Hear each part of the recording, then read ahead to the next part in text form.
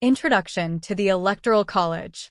The Electoral College is a fundamental component of the American electoral system, specifically designed to elect the President and Vice President of the United States. Established by the U.S. Constitution, this unique mechanism reflects the Founding Fathers' intent to balance the influence of both populous and less populous states in presidential elections. Understanding the Electoral College requires a grasp of its historical context, composition, and fundamental purpose within the broader framework of the U.S. electoral process. The Electoral College consists of 538 electors, a number derived from the total count of members in Congress, 100 senators and 435 representatives, plus 3 electors from the District of Columbia. This system was established in Article 2, Section 1 of the Constitution, and later modified by the 12th Amendment, which clarified the process of electing the President and Vice President. The primary role of the Electoral College is to formally elect the President and Vice President based on the outcome of the popular vote in each state. To understand the Electoral College's function, it is essential to recognize its role within the larger electoral process. Each state's electors are chosen based on the state's population and congressional representation. States with larger populations have more electoral votes, while smaller states are guaranteed a minimum of 3 electoral votes regardless of their population size. This allocation aims to ensure that smaller states still have a meaningful voice in the election, preventing larger states from overshadowing them entirely. When citizens cast their votes for president on Election Day, they are actually voting for a slate of electors pledged to their chosen candidate. These electors then meet in their respective states to cast their official votes for president and vice president. This process is intended to reflect the will of the voters, but it introduces a layer of complexity by translating popular votes into electoral votes.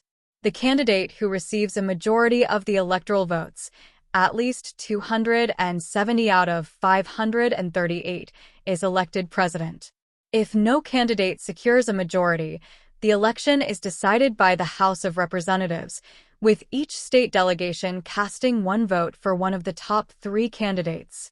The Electoral College system was a compromise between different methods of electing the president proposed at the Constitutional Convention. Some delegates favored direct election by the populace, while others advocated for election by Congress or by state legislatures. The compromise sought to balance these competing interests by creating a system that combined elements of both direct and indirect election.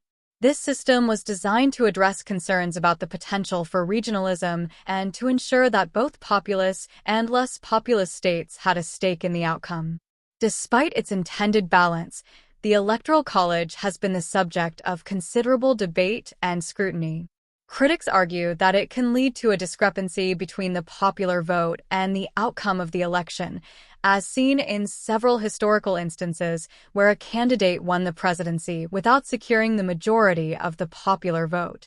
Supporters, on the other hand, argue that the system preserves federalism and ensures that all states have a role in electing the president, thereby maintaining a balance between national and state interests. In summary, the Electoral College is a crucial element of the U.S. presidential election process, designed to ensure a balanced representation of both populous and less populous states. While it reflects the founders' intent to merge popular and state-based representation, it also introduces complexities and potential disparities in the election outcome. Understanding its composition, role, and historical context provides a foundation for examining its advantages, disadvantages, and ongoing debates in the contemporary political landscape. How the Electoral College works. The Electoral College is a distinctive feature of the U.S. presidential election process, designed to translate the popular vote into a definitive choice for president and vice president. Its operation involves several key elements, including the winner-takes-all system and the allocation of electoral votes based on state representation.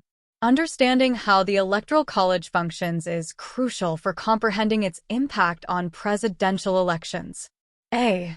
Winner-takes-all system.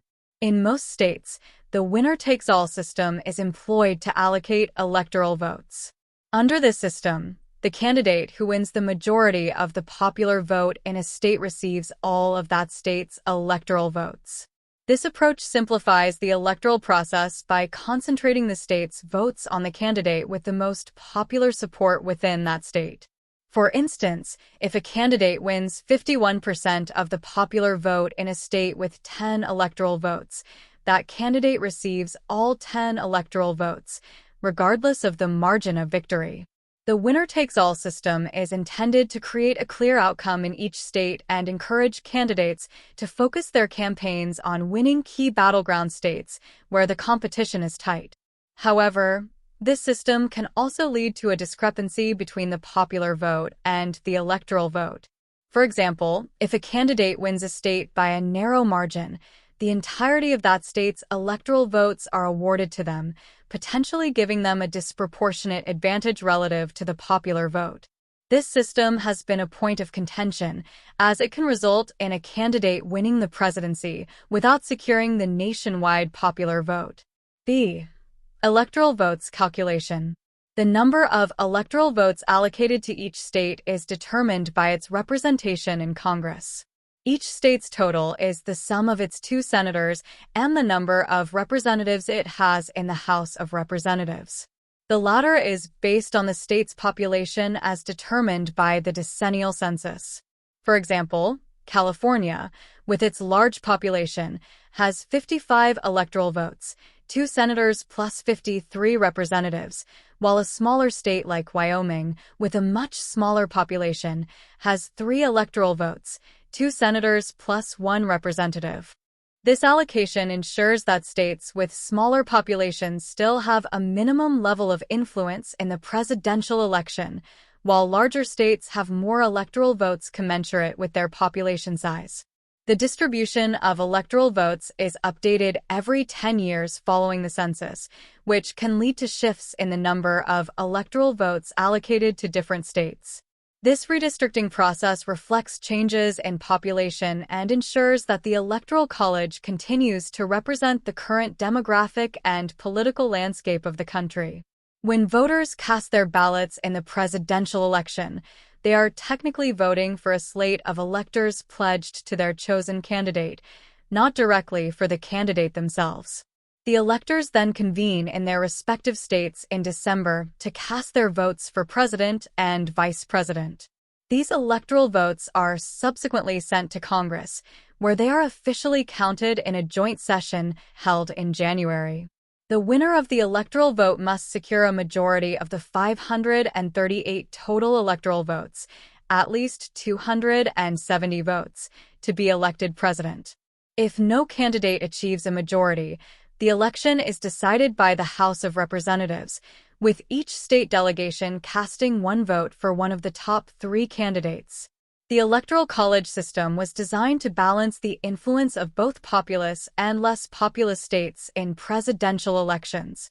By providing a mechanism for translating popular vote outcomes into electoral votes and ensuring that every state has a role in the process, the system aims to reflect a broad range of regional interests and perspectives.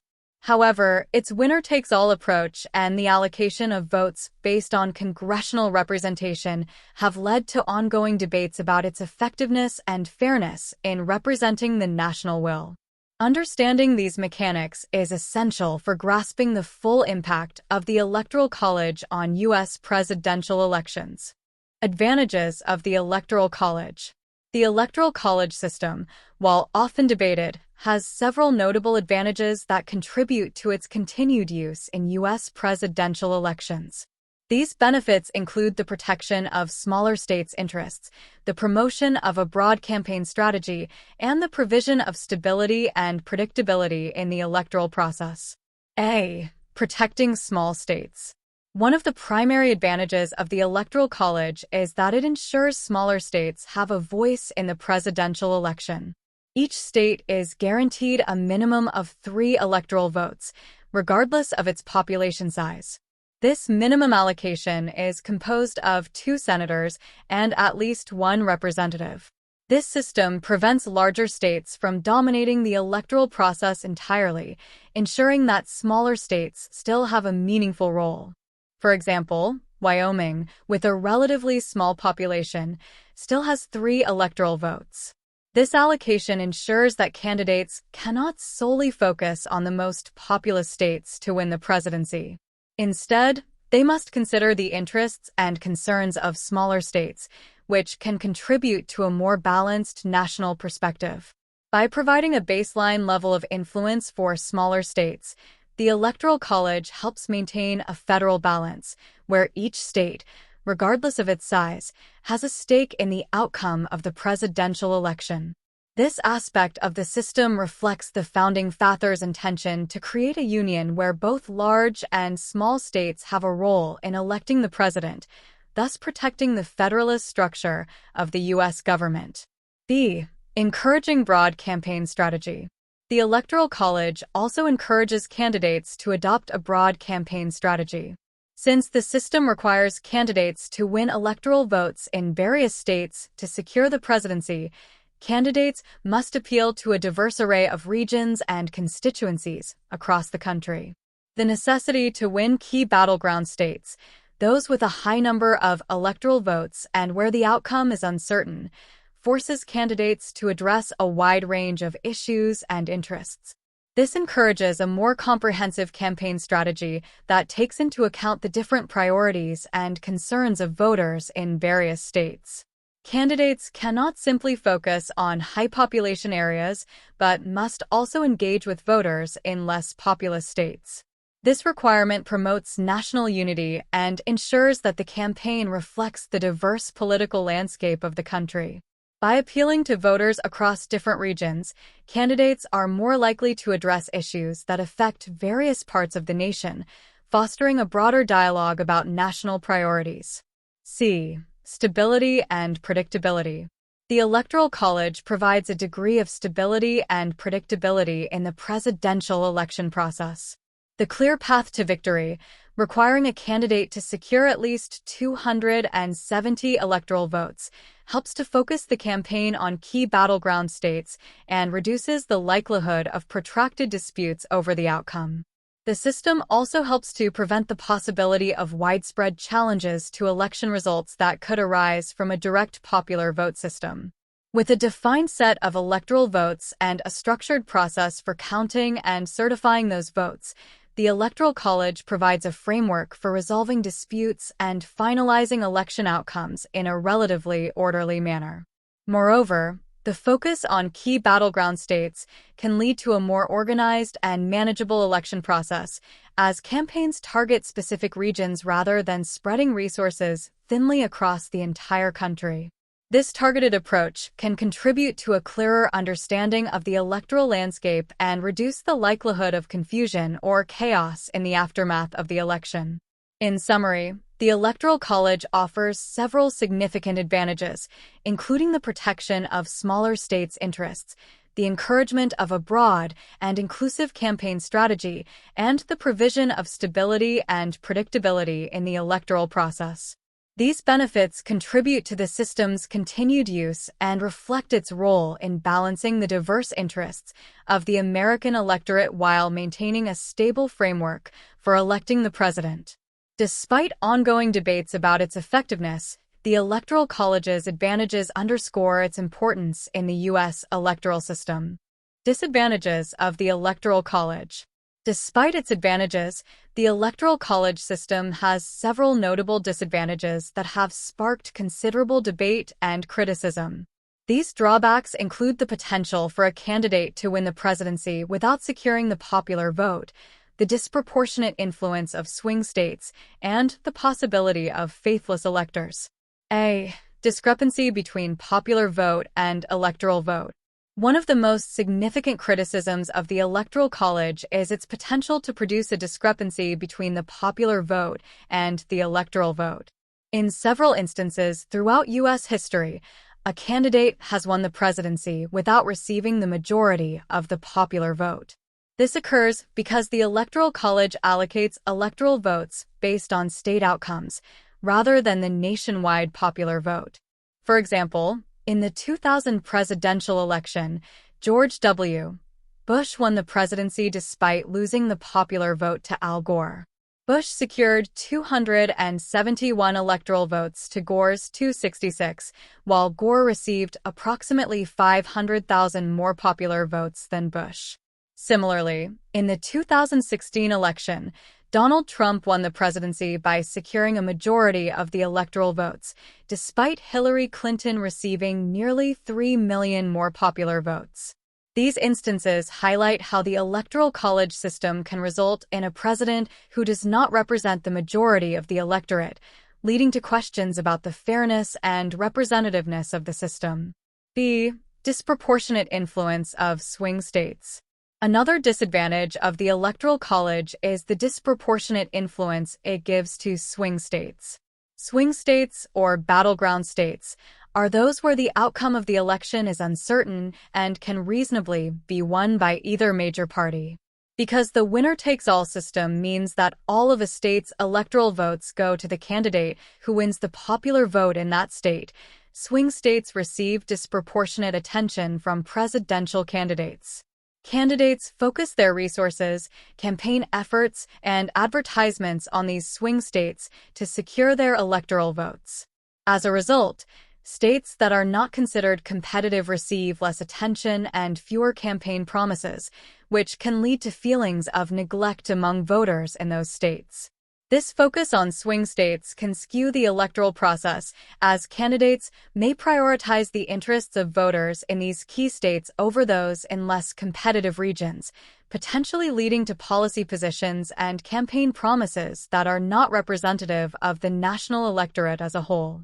C. Possibility of faithless electors. The possibility of faithless electors represents another disadvantage of the Electoral College system. Faithless electors are those who, for various reasons, cast their votes for a candidate other than the one to whom they are pledged.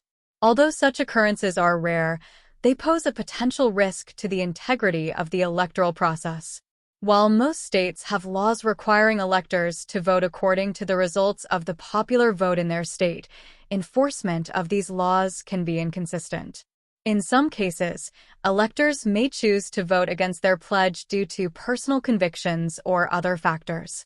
This situation can lead to a discrepancy between the expected and actual electoral outcome, potentially undermining public confidence in the electoral system. In summary, the Electoral College system has several notable disadvantages, including the potential for a candidate to win the presidency without securing the popular vote, the disproportionate influence of swing states, and the possibility of faithless electors. These drawbacks highlight the ongoing debates about the effectiveness and fairness of the Electoral College in representing the will of the American electorate. While the system has its advantages, understanding its disadvantages is crucial for evaluating its role in the U.S. presidential election process and considering potential reforms to address these issues. Historical examples. The Electoral College system has played a pivotal role in U.S. presidential elections, sometimes leading to outcomes where the electoral vote did not align with the popular vote. Several historical examples illustrate how this system can produce results that spark debate and reflect the complexities of American democracy. A. The election of 1824. One of the earliest and most notable instances of a discrepancy between the popular vote and the electoral vote occurred in the 1824 presidential election. This election featured four major candidates: John Quincy Adams, Andrew Jackson, Henry Clay, and William Crawford. Andrew Jackson won the popular vote and secured the most electoral votes, but he did not obtain a majority of the electoral votes needed to win outright. In accordance with the Constitution, the election was decided by the House of Representatives, which chose John Quincy Adams as president. Clay, who had been eliminated, used his influence in the House to support Adams, who then appointed Clay as Secretary of State. This corrupt bargain, as it was termed by Jackson's supporters, led to accusations of political manipulation and diminished the legitimacy of Adams's presidency in the eyes of many Americans. B. The election of 1876. The 1876 election between Rutherford B. Hayes and Samuel Tilden is another example where the Electoral College produced a contentious outcome. Tilden won the popular vote and appeared to have secured the necessary electoral votes. However, disputes over electoral returns in several states led to conflicting counts and allegations of voter fraud. A special electoral commission was established to resolve the disputes, and it ultimately awarded the contested electoral votes to Hayes, giving him the presidency by a narrow margin. This result was controversial, as many believed that Tilden had won both the popular vote and the majority of electoral votes.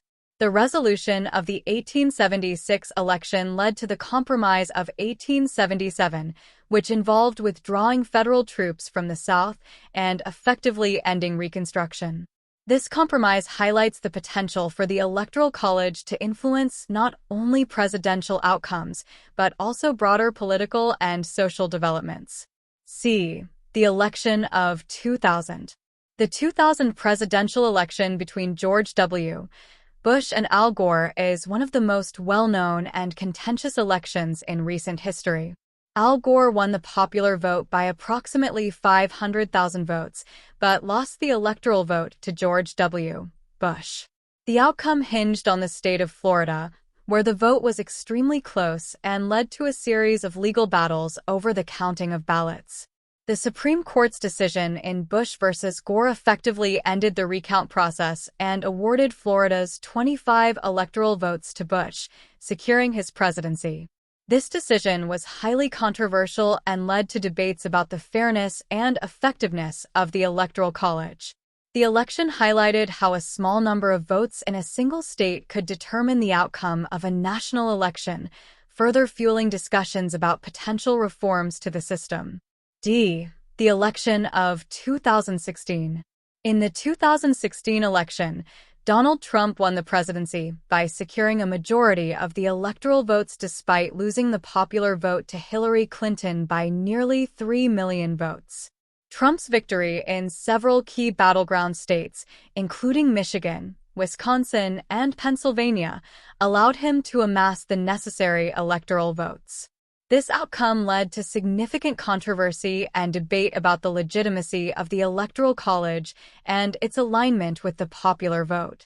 The 2016 election underscored the ongoing debate about the Electoral College's role in American democracy and its impact on the representation of the electorate's will.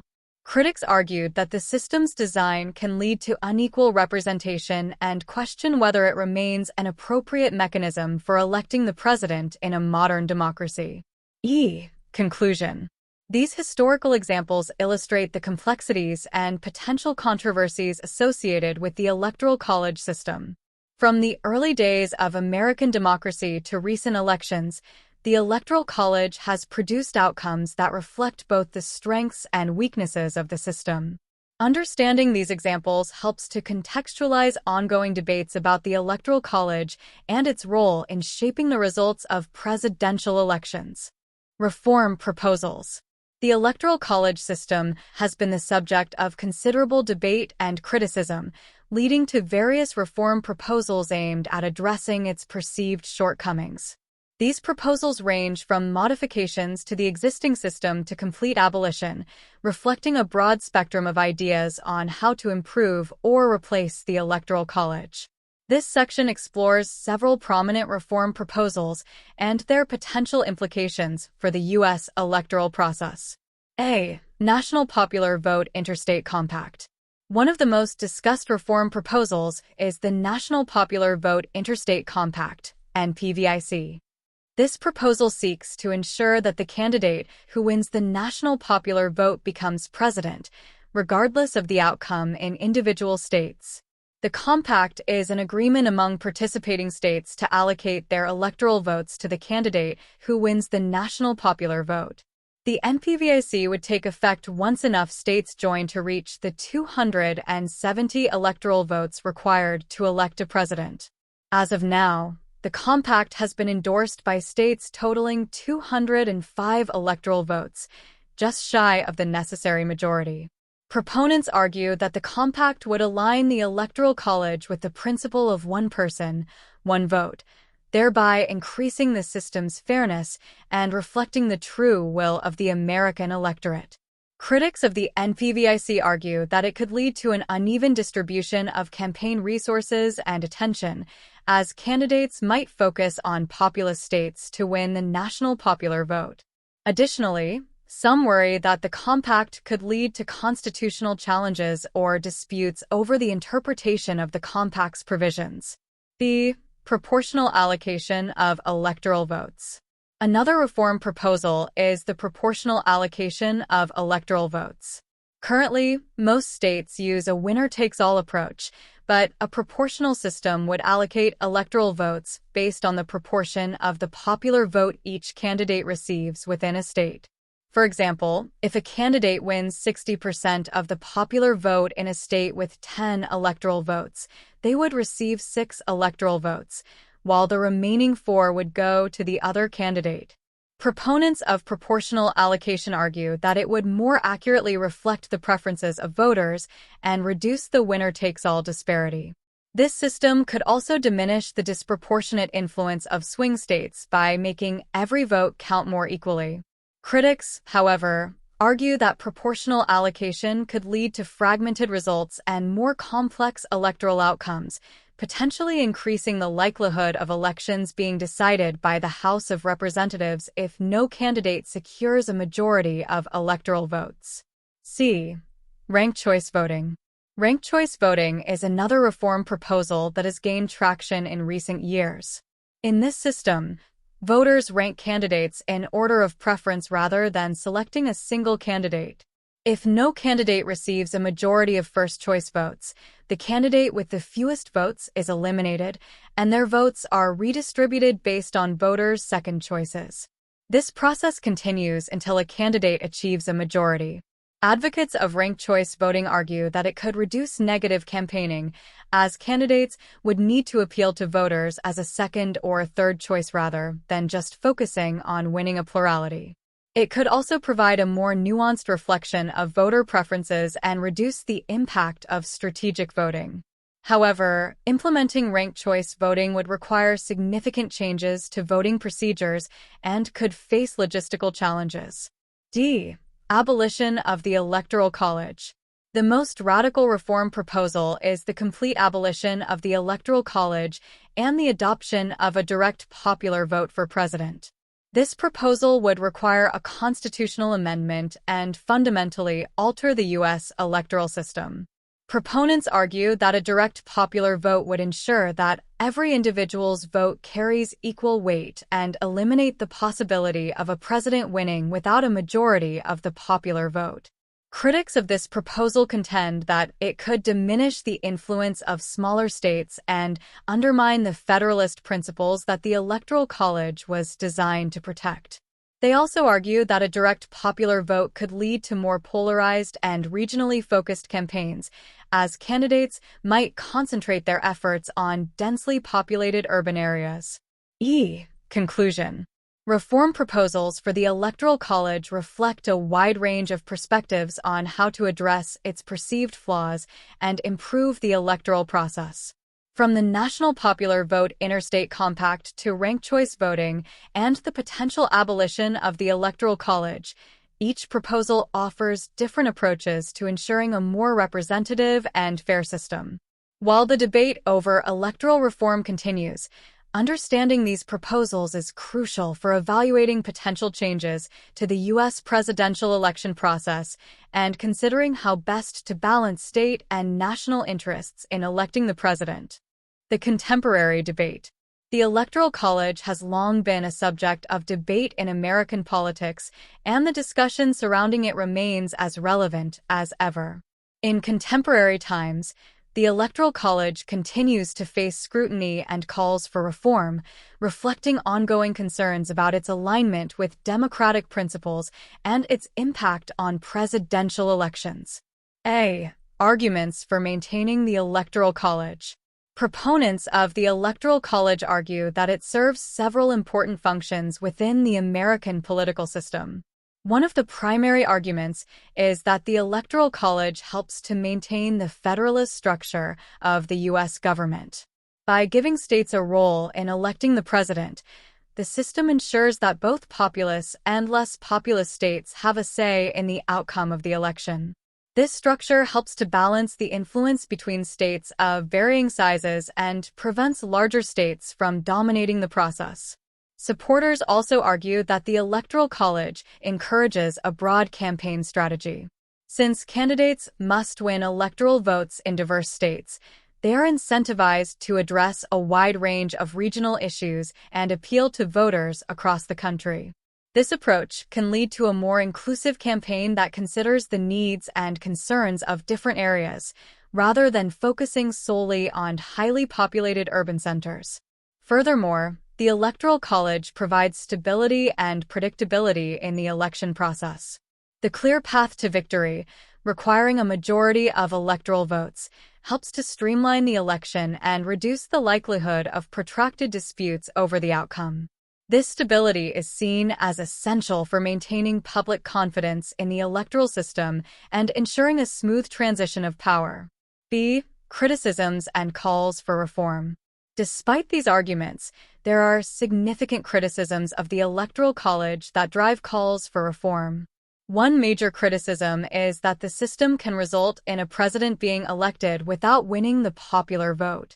Historical examples, such as the elections of 1824, 1876, 2000, and 2016, illustrate how the Electoral College can produce outcomes that do not reflect the nationwide popular vote, raising concerns about the fairness and legitimacy of the system.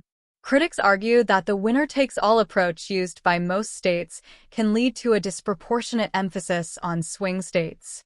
Candidates often focus their campaigns on competitive states where the outcome is uncertain, while ignoring states with predictable results.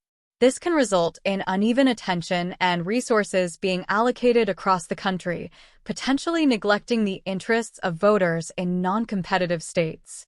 The possibility of faithless electors, who cast votes contrary to their state's popular vote, is another area of concern. While rare, instances of faithless electors can undermine the integrity of the electoral process and contribute to doubts about the reliability of the Electoral College. C. The role of media and public opinion. In contemporary debates about the Electoral College, media coverage and public opinion play significant roles.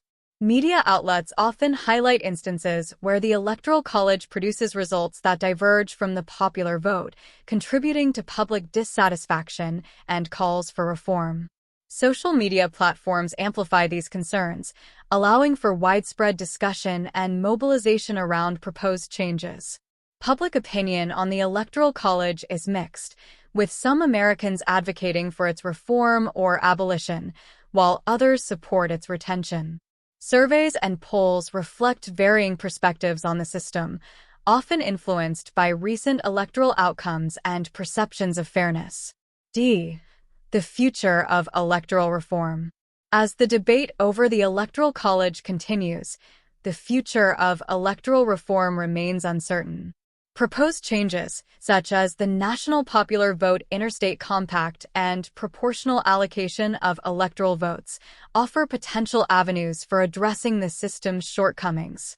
However, implementing these reforms would require significant legislative and constitutional changes, which can be challenging to achieve.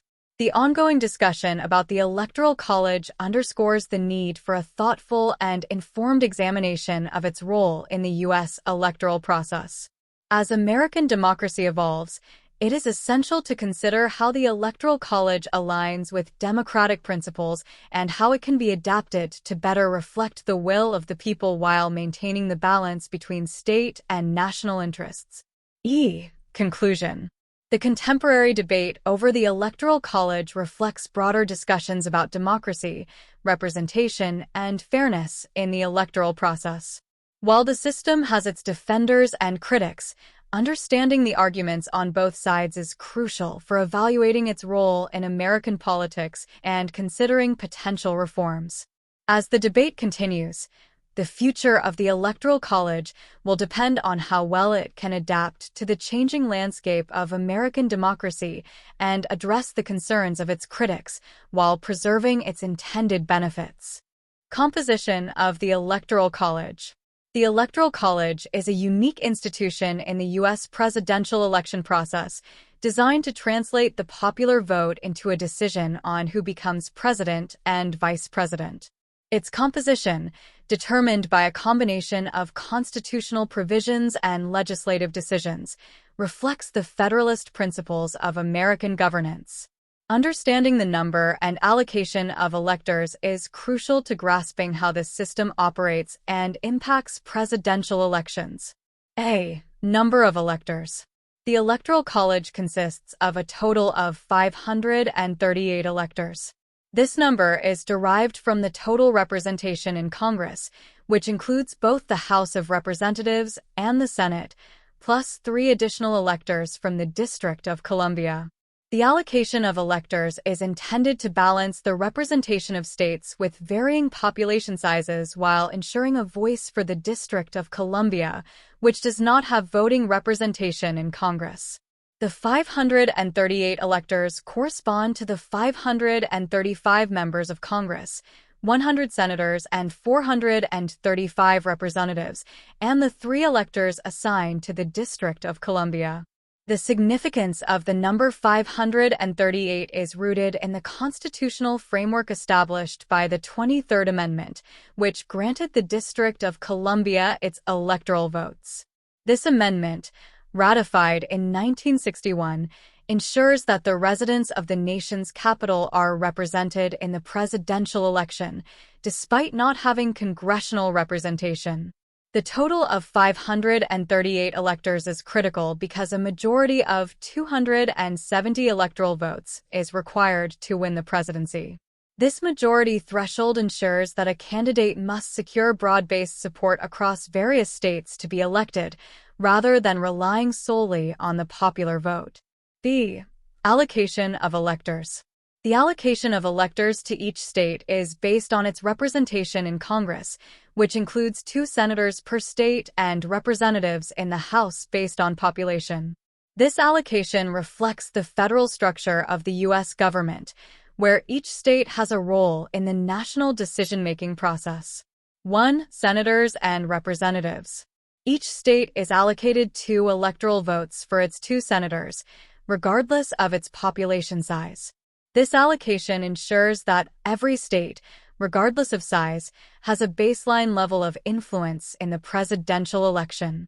For example, Wyoming, which has a relatively small population, still receives 3 electoral votes, 2 for its senators and 1 for its single representative. In addition to the 2 Senate votes, each state receives a number of electors equal to its representatives in the House. The total number of representatives for each state is determined by the decennial census, which adjusts the apportionment based on changes in population. States with larger populations have more representatives and, consequently, more electoral votes. For instance, California, with the largest population, has 54 representatives and thus 56 electoral votes, 54 for its representatives and 2 for its senators. 2. The District of Columbia. The District of Columbia is allocated 3 electoral votes, as stipulated by the 23rd Amendment. This allocation is independent of congressional representation because the district does not have senators or representatives. The 3 electoral votes are the minimum required to give the residents of the district a voice in the presidential election, despite their lack of voting representation in Congress. 3. Impact on the electoral process. The allocation of electors impacts the electoral process by influencing campaign strategies and election outcomes. Candidates often focus their efforts on swing states with a significant number of electoral votes, while less populous states may receive less attention. This focus on state-by-state outcomes rather than nationwide popular vote can shape campaign strategies and influence the priorities of presidential candidates. Conclusion. The composition of the Electoral College, With its total of 538 electors and its allocation based on congressional representation, is a fundamental aspect of the U.S. presidential election system. This system reflects the balance between state and national interests, ensuring that both populous and less populous states have a role in electing the president. Understanding the number and allocation of electors provides insight into how the Electoral College functions and its impact on the electoral process, highlighting its role in shaping American democracy. Impact of the Electoral College on U.S. elections. The Electoral College has a significant impact on U.S. presidential elections, influencing both campaign strategies and election outcomes. Its design, which translates the popular vote into a decision on who becomes president, shapes how candidates campaign, how voters engage with the electoral process, and how representation is experienced across the country. A. Influence on campaign strategies. The Electoral College profoundly affects campaign strategies by altering where and how candidates allocate their time and resources. The focus of presidential campaigns is often on swing states, states where the outcome is uncertain and could realistically be won by either major party. This focus is due to the winner-takes-all system used by most states, where the candidate who wins the majority of the popular vote in a state receives all of its electoral votes. For instance, states like Florida, Pennsylvania, and Ohio, which have a large number of electoral votes and are often closely contested, receive significant attention from candidates. They might hold numerous rallies, advertisements, and campaign events in these states to sway undecided voters and secure crucial electoral votes. Conversely, states with predictable outcomes, where one party has a strong hold, often receive less attention. Candidates may consider these states as safe and focus their efforts on more competitive areas. The allocation of resources, including time, money, and personnel, is therefore heavily influenced by the need to win electoral votes rather than simply securing the popular vote. This strategic focus can lead to a concentration of campaign activities in a few key states, potentially neglecting issues and concerns that are important in less competitive states. B. Impact on voter engagement and representation. The Electoral College system can affect voter engagement and representation in several ways. 1. Voter motivation. In states with a predictable outcome, voters may feel that their individual votes have less impact on the overall election result. For example, if a state is solidly Democratic or Republican, voters in that state might feel that their vote is less critical to the overall outcome, leading to lower voter turnout. This phenomenon, known as voter apathy, can diminish the democratic engagement of citizens in these states. Conversely, in swing states where the election outcome is uncertain, voter turnout can be higher. Voters in these states may feel that their votes are more impactful and that their participation could influence the election's result. This heightened sense of importance can drive greater voter engagement and turnout in battleground states. 2. Representation of interests. The Electoral College can also influence how well various interests and concerns are represented in presidential campaigns. Candidates often tailor their policies and messaging to address the specific issues that resonate with voters in swing states. As a result, issues important to voters in these states might receive more attention and focus, while concerns that are more prominent in non-competitive states might be overlooked. For instance, agricultural policies might receive more emphasis in states with significant farming communities, while urban issues might be prioritized in large metropolitan areas.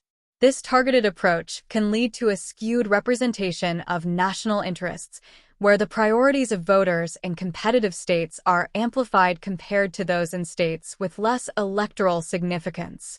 C. Electoral College and election outcomes. The Electoral College system can produce outcomes where the winner of the popular vote does not win the presidency, as seen in the elections of 1824, 1876, 2000, and 2016. This discrepancy occurs because the winner-takes-all approach in most states means that winning a majority of the popular vote in a state secures all its electoral votes, regardless of the margin of victory. This system can lead to situations where a candidate wins the presidency with fewer popular votes if they secure a majority of electoral votes. Such outcomes can generate debate about the fairness and representativeness of the Electoral College, raising questions about whether the system accurately reflects the will of the electorate. D. Conclusion. The Electoral College has a profound impact on U.S. presidential elections, influencing campaign strategies, voter engagement, and representation. By shaping where candidates campaign and how they prioritize issues, the Electoral College affects the dynamics of presidential elections and the democratic process. While the system is designed to balance state and national interests, it also raises important questions about representation and the effectiveness of translating popular support into electoral success. Understanding these impacts is essential for evaluating the role of the Electoral College in American democracy and considering potential reforms. Conclusion. The Electoral College stands as a cornerstone of the U.S. presidential election process, reflecting the nation's commitment to federalism and the balance between state and national interests.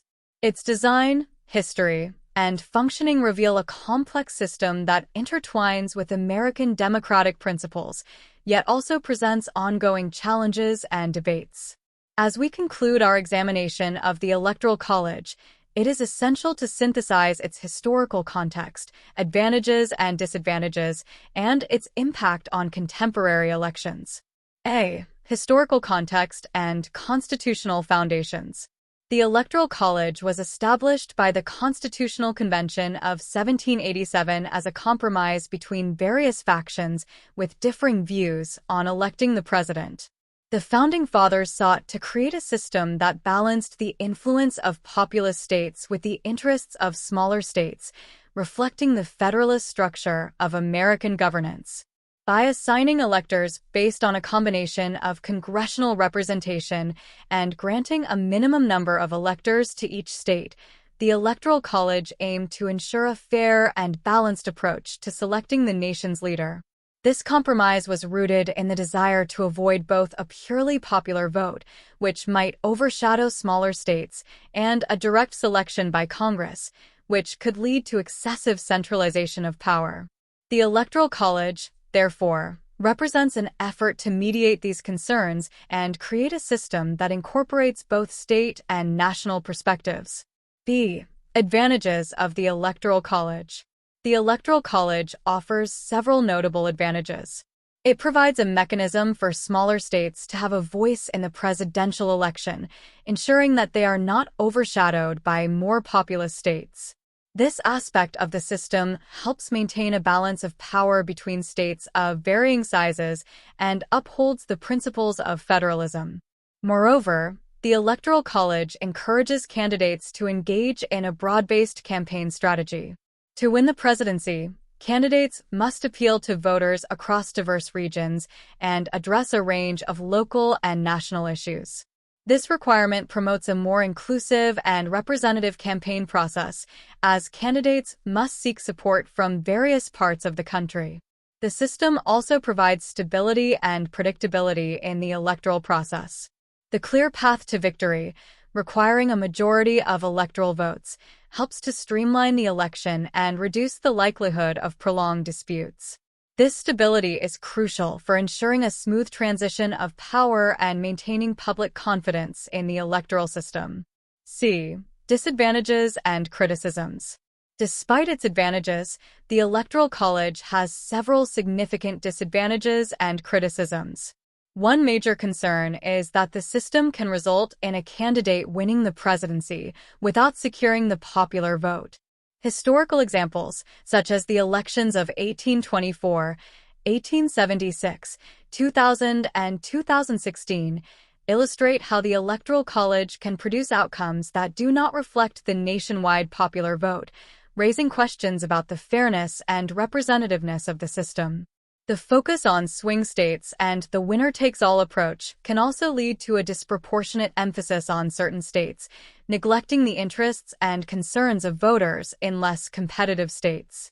This can contribute to feelings of disenfranchisement and diminish the overall engagement of voters in states with predictable outcomes.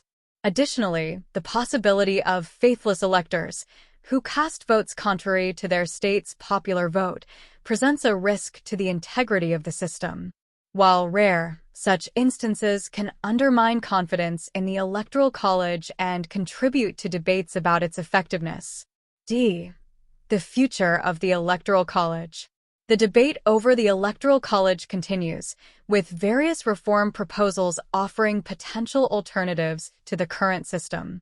Proposals such as the National Popular Vote Interstate Compact, proportional allocation of electoral votes, and ranked choice voting reflect efforts to address the perceived shortcomings of the Electoral College and improve the alignment of the system with democratic principles. As American democracy evolves, it is crucial to consider how the Electoral College can adapt to reflect changing values and ensure that the electoral process remains fair and representative. The ongoing discussion about electoral reform underscores the importance of examining the system's role and impact on the democratic process. Conclusion. In conclusion, the Electoral College remains a complex and influential component of the U.S. presidential election system.